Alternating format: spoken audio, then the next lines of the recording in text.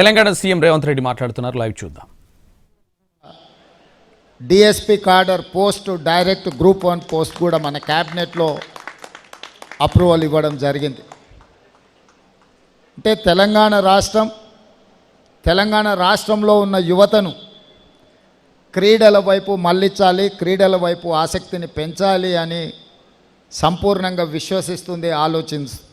అందుకే ఈరోజు సండే అయినా ఇతర కార్యక్రమాలున్న హైదరాబాద్ రన్నర్స్ ఆర్గనైజ్ చేసిన ఈవెంట్లో రాష్ట్ర ప్రభుత్వ అధినేతగా ముఖ్యమంత్రిగా ఈ కార్యక్రమంలో పాల్గొనడం ద్వారా తెలంగాణ రాష్ట్రంలో ఉన్న యువతకు ఒక సందేశాన్ని పంపాలని ఈరోజు నా సహచర మంత్రి ప్రభుత్వ భాగస్వాములందరినీ కూడా తీసుకొని కార్యక్రమంలో పాల్గొనడం జరిగింది.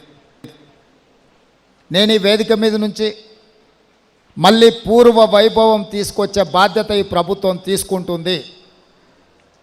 ఈ గచ్చిబౌలి స్టేడియం, ఈ స్పోర్ట్స్ విలేజ్ను ఆ రోజు 25 సంవత్సరాల క్రితం నిర్మించి దూరదృష్టితో ఈ స్పోర్ట్స్ విలేజ్ను ఆ రోజు నిర్మించడం జరిగింది. ఈ స్పోర్ట్స్ విలేజ్ని 100% మళ్ళీ క్రీడా కార్యక్రమాలకే వినియోగించాలన్న ఆలోచన ఈ ప్రభుత్వం చేస్తున్నది. ఇదే కాకుండా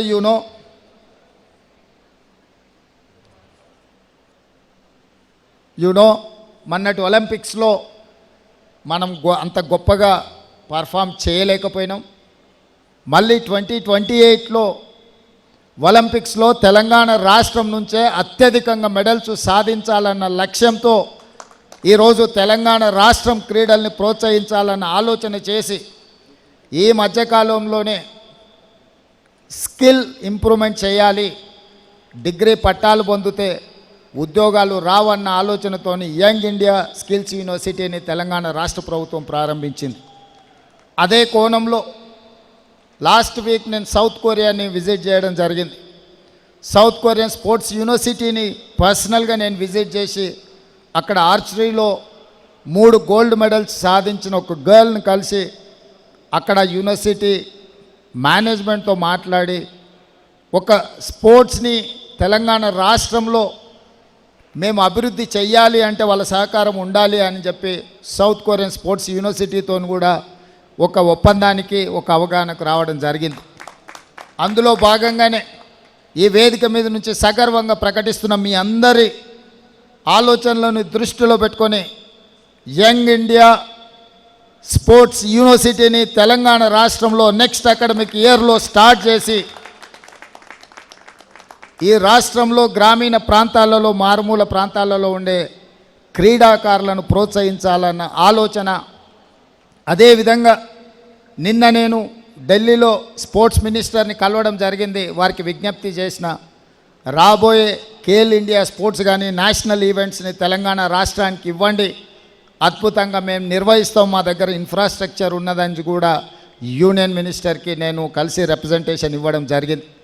ఇదే కాకుండా 2036లో ఒలింపిక్ గేమ్స్ని ఇండియా ఆర్గనైజ్ చేయాలని ప్రధానమంత్రి గారు ఏదైతే ఆలోచన చేస్తున్నారో ఆ ఒలింపిక్ గేమ్స్ని హైదరాబాద్ వేదికగా మేము నిర్వహిస్తాము, తెలంగాణ రాష్ట్రానికి అవకాశం ఇవ్వండి, ఇంటర్నేషనల్ స్టాండర్డ్ స్టేడియంస్ని అన్నిటిని కూడా ఇన్ఫ్రాస్ట్రక్చర్ తెలంగాణ రాష్ట్ర ప్రభుత్వం క్రియేట్ చేస్తుంది. తెలంగాణ రాష్ట్ర ప్రభుత్వం ఆ వసతులను అన్నిటిని కూడా ఇప్పటి నుంచే ప్రణాళికబద్ధంగా అభివృద్ధి చేస్తామని చెప్పి మేము వారికి చెప్పడం జరిగింది.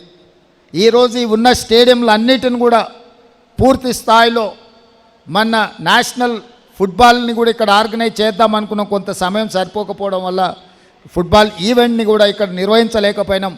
తొందరలో ఈ దేశంలో జరిగే ఏ క్రీడలైనా ఇంక్లూడింగ్ క్రికెట్తో పాటు మిగతా క్రీడల్ని తెలంగాణ రాష్ట్రం నుంచే, ముఖ్యంగా గచ్చిబౌలి ప్రాంతం నుంచే నిర్వహించాలన్న ఆలోచన రాష్ట్ర ప్రభుత్వం చేస్తున్నది.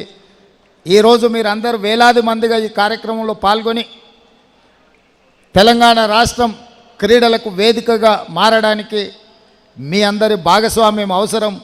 తప్పకుండా మన ప్రభుత్వం స్పోర్ట్స్ యూనివర్సిటీని ప్రారంభించబోతుంది. దీనికి సంబంధించి అంతర్జాతీయ స్థాయి కోచ్లను తీసుకొచ్చి ఈ రాష్ట్ర క్రీడాకారులను ప్రోత్సహించడానికి ఈ ప్రభుత్వం ముందుకు వస్తుంది.